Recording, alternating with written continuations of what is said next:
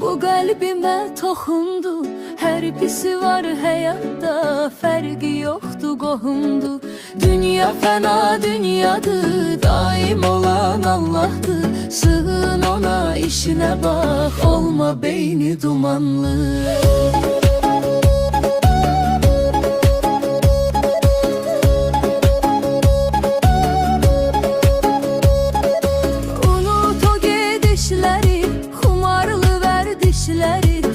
Beş-üç gün ömrün qalıb, tərk elə pis işləri.